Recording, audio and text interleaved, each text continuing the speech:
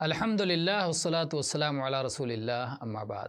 آج ہم آپ کے سامنے جس صحابی کا ذکر کر رہے ہیں وہ نبی کریم صلی اللہ علیہ وآلہ وسلم کے چچا عباس رضی اللہ عنہ ہیں۔ عباس ابن عبد المطلب، رسول اللہ صلی اللہ علیہ وسلم کے چچا، جو فتح خیبر سے پہلے ہی اسلام قبول کر چکے تھے لیکن اپنے اسلام کو چھپایا کرتے تھے، اور انہوں نے اپنے اسلام کا اعلان فتح مکہ کے موقع پر کیا۔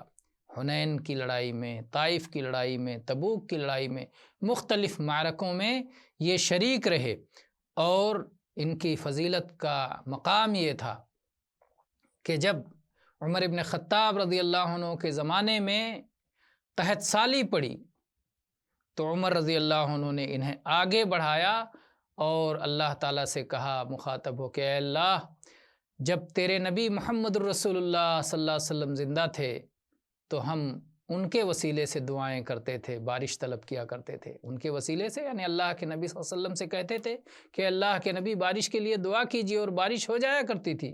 آج ہم آپ کے چچا کی دعا کا وسیلہ لیتے ہیں۔ چنانچہ عباس رضی اللہ عنہ آگے بڑھتے، دعا فرماتے بارش کے لیے، تو یہ ان کا مقام تھا عباس رضی اللہ عنہ کا۔ اور ان کی وفات سن 32 ہجری میں عثمان رضی اللہ عنہ کی خلافت میں ہوئی۔ اس وقت ان کی عمر 80 سال سے زیادہ تھی۔ والحمد للہ رب العالمین۔